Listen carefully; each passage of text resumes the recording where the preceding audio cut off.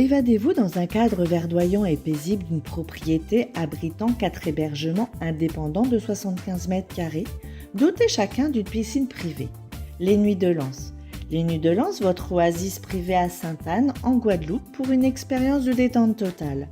Plage à 10 minutes, parking privé et Wi-Fi gratuit, ainsi qu'un espace commun, barbecue avec table.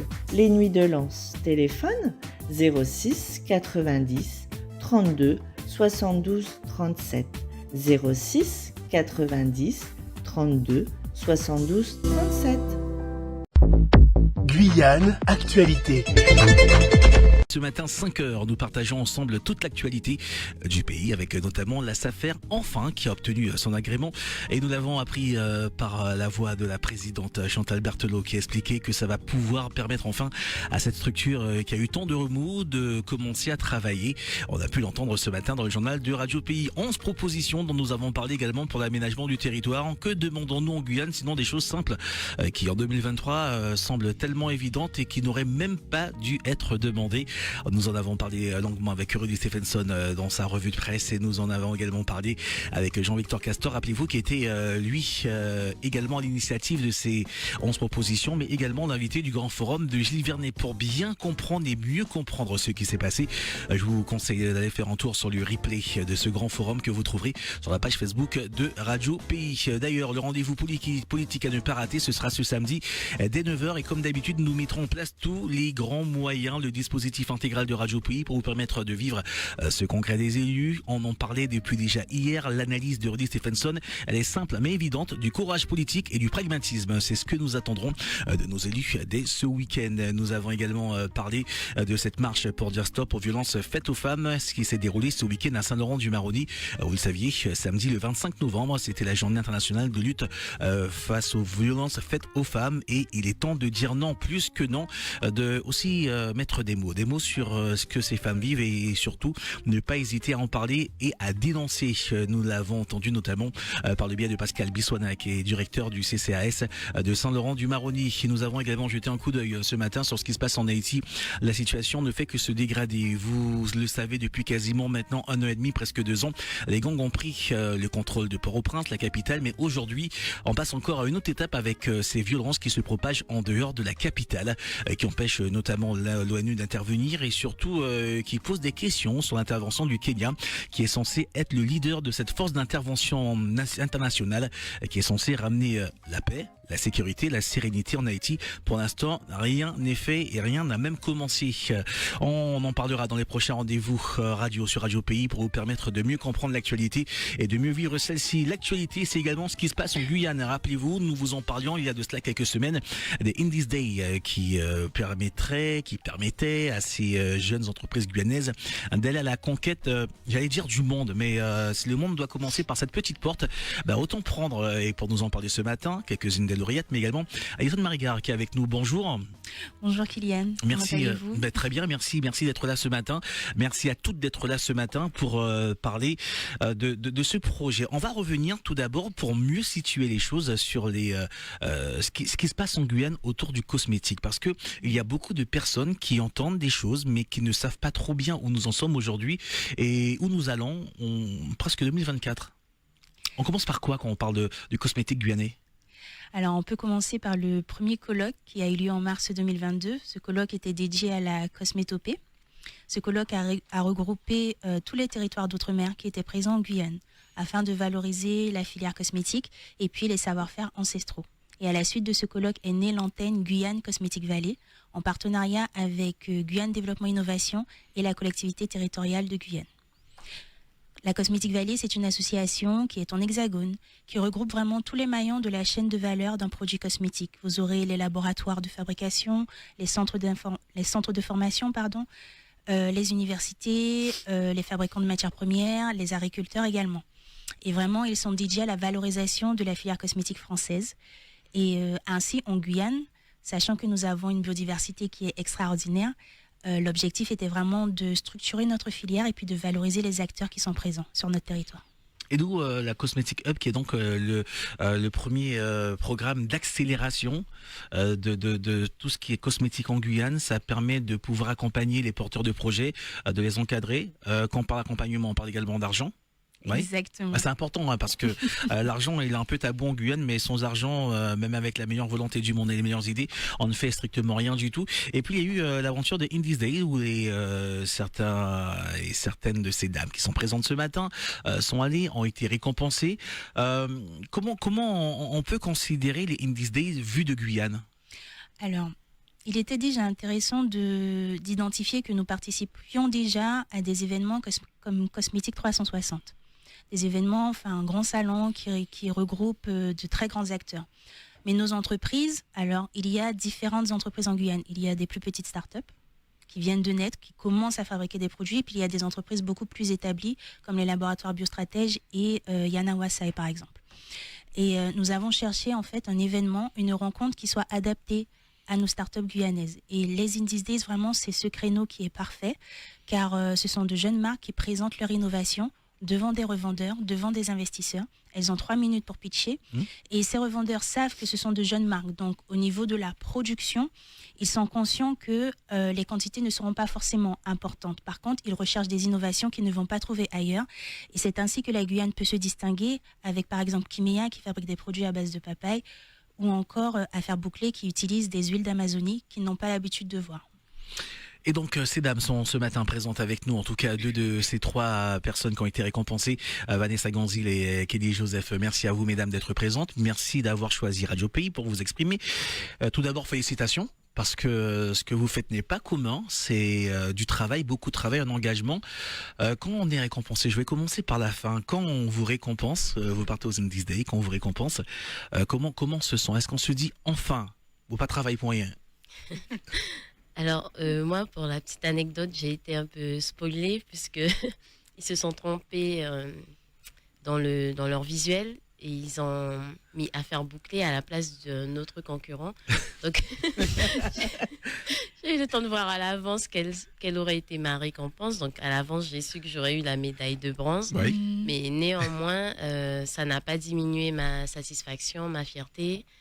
Et parce que ça a été tout un trajet d'encouragement, d'entraînement. On a eu à entre guillemets, se sacrifier en termes de temps. Voilà, pouvoir se dégager du temps à travers toutes les autres activités qu'on avait déjà et ne pas revenir les mains vides. Je crois que c'était essentiel. Alors, pas tant pour moi que pour toutes les personnes qui nous ont accompagnés en tout cas. C'est important justement, c'est un temps de passage presque nécessaire aujourd'hui, Kelly, de recevoir quelque chose. Ça prouve quelque part le sérieux du projet. Oui, en effet, le programme Cosmetic Hub nous a permis quand même de nous entraîner, de nous amener à ce concours. Et lorsque j'ai reçu ce prix pour mon produit, j'étais fière, en même temps très surprise, parce que je me suis dit, à un tel niveau, ce niveau de concours avec autant de concurrents, qui ont autant de produits que nous à présenter, mais c'était quand même un gage de reconnaissance et de fierté, en tout cas pour moi. Selon vous, je vous pose la question, qu'est-ce qui a fait la différence? Parce que très souvent, et je l'entends régulièrement, il y a des personnes qui ont de véritables talents en Guyane, mais qui se disent toujours face à des personnes qui ont peut-être plus de moyens, qui ont d'autres accompagnements, on va peut-être pas faire le poids, et on est généralement toujours agréablement surpris de voir qu'on fait plus que le poids, et que finalement nos idées sont très innovantes. Comment on perçoit ces choses-là de l'extérieur? On a encore ce petit complexe d'infériorité au départ de la Guyane? Alors, pour ma part, je n'ai pas eu de complexe, mais c'est vrai que durant tout le temps de l'entraînement, à aucun moment je me suis demandé qui est-ce qu'on aura en face, vraiment. Donc, on était tellement focus sur le fait de réussir notre prestation, notre pitch, donner le meilleur de soi, qu'arrivé sur place, quand je regarde la liste des concurrents, je me rends compte qu'il y a de grosses marques, néanmoins, des marques que moi-même j'utilisais étant jeune. Je me dis, mais qu'est-ce que je fais là? C'est mort. Enfin, voilà, mais ce qui est bien, c'est que ça n'a duré que 2 secondes, parce que jusqu'au bout, on a été accompagnés. Et tout de suite, on nous a amené, en tout cas, on m'a amené à changer ma mentalité, mon raisonnement, et à me dire, justement, si tu es parmi les grands, c'est peut-être aussi parce que quelque part, tu es grande. et que tu as tout à gagner en étant ici. Donc, il n'y a pas eu de complexe. Il y a eu un peu de peur, mais finalement, la récompense nous a prouvé qu'on avait toute notre place et que le meilleur est à venir finalement. Je rappelle que Affaire Bouclée a été récompensée d'une médaille de bronze pour la catégorie haircare coiffon et que pour Kimea, médaille de bronze soins multiples. Ce sont des choses que vous aviez déjà en tête depuis un moment, d'apporter quelque chose de différent, de pouvoir apporter votre pierre à l'édifice, de faire quelque chose de grand. Alors, moi, j'ai parlé pour Kimea. Donc, j'ai commencé, si vous voulez, dans le massage. Donc, je proposais déjà des huiles innovantes à mes clients. Donc, des huiles fabriquées en Guyane, avec ce qu'on connaît de nos plantes et de nos fleurs. Et j'ai voulu, en fait, prolonger ce bien-être à la maison en créant une gamme de cosmétiques. Donc, du coup, de là est partie mon idée. On passe de la table de massage aux soins à la maison. C'est vraiment toute la chaîne qui accompagne à la maison. Exactement. Comme ça, vous vous rappelez que vous avez eu un soin et il se complète à la maison. Et on se rappelle qu'on est dans un univers amazonien, bien en Guyane, avec ce que nous, on connaît, nos richesses nées de la biodiversité guyanaise. Et j'ai choisi la papaye. La papaye parce que c'est un fruit que j'aime moi-même, que je mange tous les matins. Et qui a beaucoup de vertus, déjà par sa couleur, sa forme. C'est quand même un fruit mystérieux, qui est appelé aussi fruit des anges. Donc, je me suis dit, pourquoi pas. Et je sais que j'ai une anecdote. Ma grand-mère, plus jeune, je la voyais mettre, vous savez, melon d'eau sur son visage. Oui. Je me suis dit, je n'ai pas rêvé, je l'ai bien vu faire ça. Et je me suis dit, je vais essayer avec la papaye. Donc, j'ai mis la papaye sur ma peau et j'ai vu l'effet, l'éclat que ça a rendu tout de suite. Donc, du coup, je me suis dit, j'ai quelque chose. Si vous avez pitché ça comme ça passe. Nickel. C'est comme ça. Ça passe parce que c'est bon, j'ai envie d'acheter de la papaye après. Ou carrément les produits. Vanessa, le cheveu, c'est quelque chose, nous avons un rapport aux cheveux qui est extraordinaire sur notre territoire, aussi bien les hommes que les femmes, et surtout avec les températures que nous connaissons, il fait très chaud, il y a beaucoup de choses qui font que les cheveux se cassent, il y a beaucoup aussi d'idées reçues autour du cheveu. Quand on parle du cheveu noir, quand on parle du cheveu crépus, est-ce que quand on reçoit une médaille de bronze comme ça, et quand on fait des produits qui permettent de soigner les cheveux, de les traiter, est-ce qu'on déconstruit également chez les Européens la vision qu'ils ont du cheveu crépus? Parce que pendant tellement d'années, on a considéré que notre cheveu était un cheveu malade. Oui, en tout cas, j'espère que ça a eu cet effet, en sachant que parmi les concurrents, je pense que 90% proposaient des produits pour traiter ce type de cheveux, donc les cheveux dits texturés, crépus, frisés, bouclés. Donc, je pense qu'on participe à bouger les lignes et de façon pérenne, que ce ne soit pas juste un mouvement. Ouais. Une tendance. On peut casser un peu ce qui s'est passé il y a quelques années avec cette vague. Alors je ne sais pas où on en est aujourd'hui, mais il y a le mouvement Nappy. Oui, ben voilà. Et moi, en fait, quand j'ai créé Affaire Bouclée, je voulais arrêter d'utiliser ce mot mouvement. Parce que pour moi, un mouvement, justement, ça va, ça vient. Ouais, ça bouge. Voilà, ça bouge, ça part. Et demain, c'est une autre tendance, donc on passe à autre chose. Donc j'avais vraiment envie d'ancrer ce mot nature. Et puis qu'on y soit du début jusqu'à la fin, donc de la naissance jusqu'à la mort, qu'on n'ait pas à passer par des altérations chimiques, qu'on n'ait plus à le faire en tout cas, et qu'on fasse avec nos cheveux, quel que soit le moment de la vie et quelle que soit l'occasion. Parce que vous n'êtes pas sans savoir que surtout dans la culture créole, on a beaucoup d'ultimatums, genre avant une première communion, avant un mariage, ça y est, il faut changer la texture, il faut passer au lisse, il faut passer au long, il faut passer à toute autre chose, alors qu'il y a matière à faire avec nos cheveux. Oui, sans avoir à les traumatiser, sans avoir à faire bouger les choses. Exactement. Alison Marigard, lorsque vous avez 3 entreprises guyanaises, et Muriel Zaou n'est pas là, mais on pense très fort à elle, lorsque nous avons 3 entreprises guyanaises qui sont récompensées dans un projet comme ça d'envergure nationale. Lorsqu'on vient de Guyane, que tout ce qui se fait autour de la cosmétique est récent, c'est même émergent. Dans les temps de passage, on est hyper en avance. Comment on vit ça? Déjà, on se rend compte qu'on parle beaucoup de RSE, responsabilité sociétale des entreprises, et on s'aperçoit rapidement que la Guyane a déjà intégré tous ces processus respectueux de l'environnement dans notre façon de planter notre wassail, dans notre façon de récupérer nos matières premières et même nos processus de transformation, et puis la valorisation des coproduits. Et en fait, on a tendance à ne pas utiliser les mots que les Européens utilisent. Donc on ne sait pas. C'est-à-dire On n'utilise pas le mot RSE pour nous, c'est naturel. Alors que eux, ils utilisent des termes marketing et ils arrivent à vendre leurs produits comme ça. Il était intéressant du coup de se confronter à ces autres marques et de voir que nous avons du potentiel, en plus avec des matières premières qui sont très peu connues, donc on apporte de la nouveauté. On a intégré des processus qui respectent l'environnement et qui sont demandés par les nouveaux consommateurs parce qu'ils font vraiment très attention à ce qu'ils consomment. Donc en fait, la Guyane est totalement dans le bon créneau et peut maintenant participer à des concours, participer à des événements, revendre en hexagone, même revendre dans le monde, vraiment en structurant la filière, bien sûr. Mais nous avons un marché potentiel et la Guyane est totalement légitime, en fait. Nous n'avons pas à avoir peur et à s'éloigner. Quand on parle d'environnement, on parle bien évidemment d'écologie, on parle également de responsabilité politique, avec des règles qui deviennent de plus en plus drastiques, qui sont très lourdes. On en est même arrivé aujourd'hui à déconstruire le mot bio, qui était un label qui ne l'est plus forcément. C'est-à-dire que si aujourd'hui vous décidez de faire votre crème chez vous avec des produits qui ne sont pas chimiques, ce ne sera pas forcément bio, parce que le bio est un label. De quelle manière aujourd'hui les chefs d'entreprise, comme ces deux dames qui sont présentes avec leurs produits, peuvent passer entre les mailles d'un filet qui semble aujourd'hui se resserrer de plus en plus sur des personnes qui vont dans la même direction? Alors effectivement, Guyane Cosmétique Valley envisage de réaliser un label cosmétique éthique.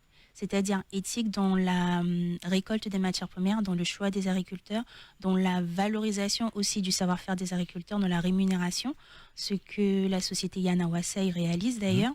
On va plus vers cette filière-là, pas tant bio, parce que le bio peut intégrer des matières premières qui sont dites bio, mais pas forcément intéressantes pour l'environnement. Tout n'est pas beau dans le bio, quoi, en fait. Nous sommes plus que bio, nous sommes plus éthiques et nous sommes plus dans une filière qui est durable.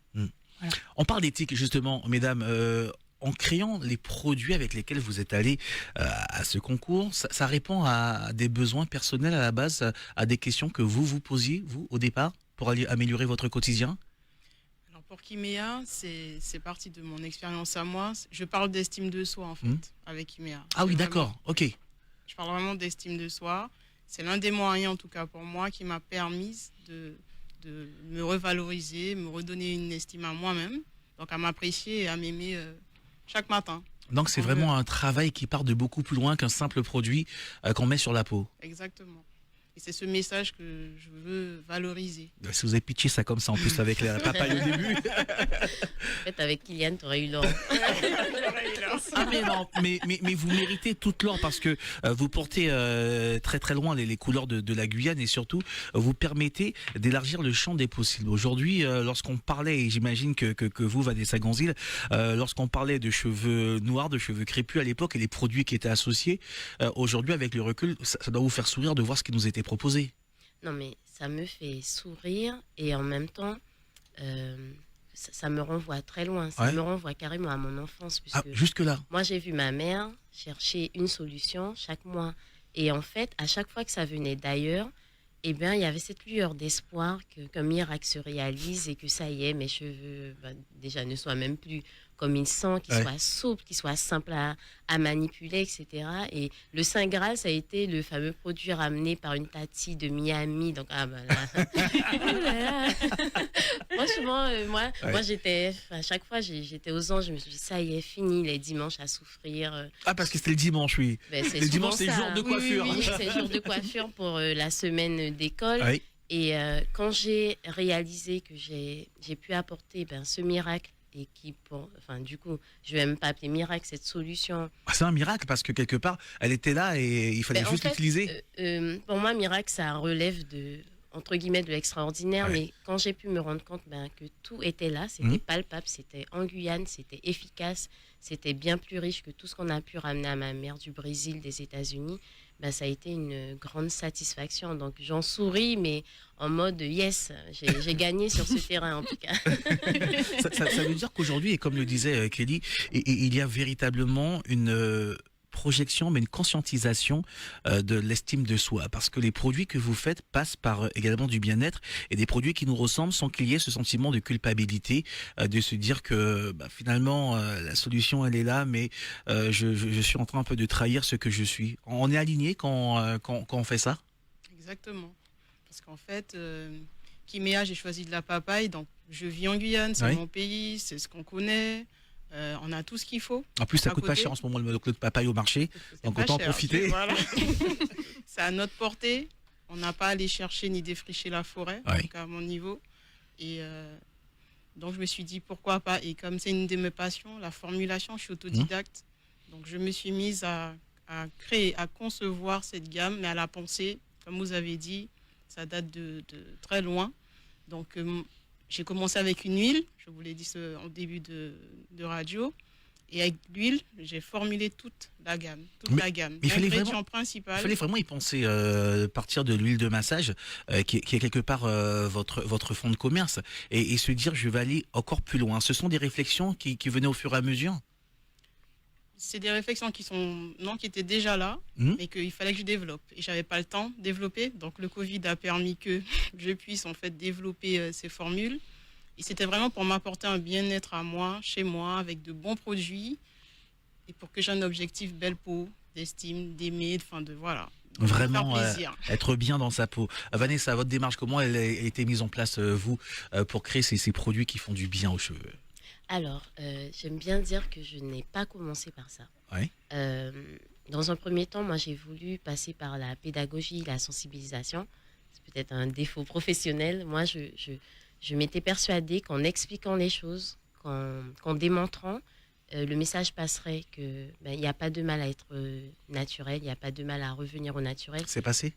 Oui, c'est passé. Mhm. Et en fait, alors ça a commencé, c'est passé d'abord par un cercle, on va dire, proche. Mhm. Donc mes amis, ma famille. J'ai réussi à convertir quasiment toutes mes cousines. Donc ça, c'était une grande fierté. Même celles qui disaient, ah non, jamais, sans les cheveux défrisés, je ne serais pas belle, etc. Bon, ce sont les plus magnifiques. Elles passent pas un jour sans être complimentées par leur nature. Oui. Et ensuite, je me suis dit que je ne vais pas garder ça pour mon cercle familial. Je vais l'élargir. Donc j'ai commencé à mettre en place des ateliers pédagogiques à destination des enfants surtout. Parce que là aussi, j'avais la conviction que ça débutait là. Il fallait qu'on sache dès petits ce qu'on vaut pour pouvoir le valoriser et le maintenir une fois dans la vie d'adulte. Et puis, Covid est arrivé. Oh, le Covid a servi Voilà, beaucoup. vraiment. Ça nous a donné à tous du temps pour Comme quoi. réfléchir. Oui, mais bon, au début, moi, je l'ai vu comme une tape. Je me suis dit, mince, je ne peux plus recevoir, parce que je ne savais pas. Ça restait quand même inconnu. Je me suis dit, mais je ne vais pas recevoir des gens chez moi, prendre des risques et tout. Donc, j'avais stoppé tout atelier. L'idée m'a été donnée de poursuivre sur Instagram via des lives. Mhm. Et lors de mon premier live, à l'issue de ce premier live, j'ai reçu des commandes de produits et je m'y attendais pas du tout. C'était vraiment pas pour ça que j'avais mené ce live. Et à partir de là, je me suis dit qu'il y a quelque chose à faire. Et je suis partie, pareil, comme Kelly, dans la formulation en mode autodidacte. Lorsque j'ai su que j'allais vous recevoir, Vanessa Gonzilez, j'ai un peu regardé ce qui se faisait en termes de communication sur le cheveu noir de la femme noire, de l'homme noir sur les 30 dernières années. Et je peux vous dire qu'en plongeant dans ces archives, j'ai trouvé des choses effarantes. Il n'y a pas si longtemps que ça, il y avait des produits encore à base de soude qui étaient utilisés pour défriser les cheveux des femmes noires, des produits qui étaient cancérigènes. Il y a une industrie énorme autour de ça, et paradoxalement, il y a des personnes qui, comme vous, depuis une dizaine d'années, essayent de faire passer cette idée que le naturel peut être bien, le naturel au niveau des produits, mais au niveau des cheveux. Est-ce que vous avez rencontré parfois des personnes qui n'étaient pas convaincues et qui étaient ancrées dans cette vision du cheveu défrisé qui rend la femme noire belle, du cheveu naturel qui donne l'impression qu'on n'est pas coiffé et que finalement,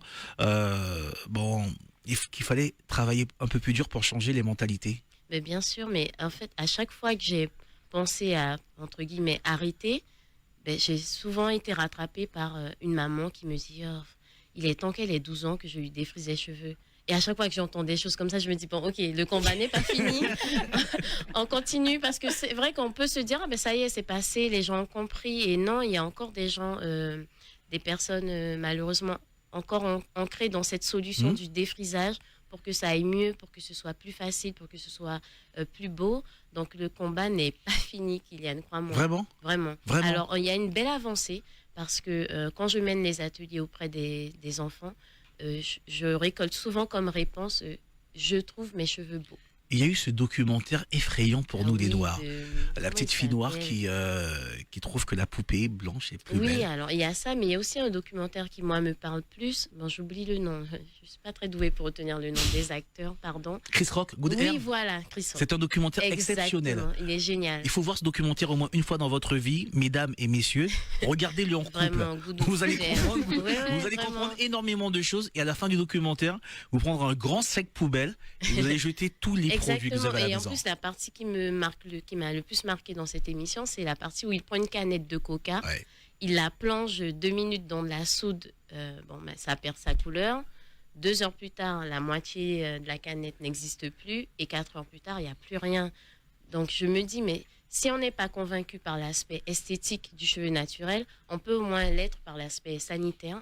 Et quand on voit ce que ça fait une canette de coca, je vous laisse imaginer ce que ça peut faire. Oh bah avec déjà, notre quand on la peau. prend sur la tête, ça fait mal. Donc Ben imaginez, voilà, parce que imaginez. il y a les cheveux, mais il y a ouais. aussi le cuir chevelu. Ouais. Donc c'est notre peau. Et pourquoi infliger ça, se l'infliger à nous et pire à nos enfants? Kelly, vous avez une démarche, vous, qui est quand même assez particulière, où vous partez de votre propre expérience, de l'envie d'être bien dans votre peau, dans votre vie, et de tester vos propres produits. Vous êtes à mi-chemin, un combo presque équilibré de résilience et de curiosité, parce que j'imagine qu'il faut en avoir de la curiosité pour se dire, je pars dans cette direction et je vais tester. Parce que quand on teste, parfois ça ne marche pas toujours. Il faut parfois modifier. Ça a pris combien de temps avant de trouver l'équilibre dans tout? Alors, pour tout vous dire, Oui, dites-moi tout. Dites-moi tout, c'est le but. j'ai tout testé sur moi, tous les produits que j'ai conçus. Et ensuite, il y a eu mes premiers cobayes volontaires, ma famille. Généralement, c'est la Ça, famille. Hein. La Mes famille, sœurs, ma ouais. mère, mes frères, enfin tout le monde, Ouais. qui eux ont apprécié. Mhm. Du coup, on en parlait. Et ensuite, il y a eu mes connaissances proches, mes amis, qui eux aussi ont voulu tester et qui ont apprécié. Et donc, ça a fait boule de neige. Donc, du coup, c'est comme ça que... Mhm. Et j'ai commencé, comme Vanessa, à recevoir en fait des demandes, des commandes de produits. On est C'est comme surpris. ça que... On est surpris lorsqu'on reçoit les premières commandes. Ah oui, Ouais. mais du coup, on n'a pas fait n'importe quoi. On est rassuré quelque part. Un peu. Est-ce que ça met la pression? On se dit, bon, la famille, ça a aimé, mais là, c'est un autre cap. Ce sont des personnes qu'on ne connaît pas, qui ont décidé d'investir et de nous faire confiance. Et du là, c'est là que commencent à se poser des questions vraiment réglementaires. Ouais. Est-ce qu'on a bien fait les choses? Est-ce que c'est sain pour les personnes qui vont acheter? Est-ce on est vraiment dans le vrai process? Moi, c'est comme ça que ça a commencé. ONews Radio, toute l'actualité nationale et des Outre-mer.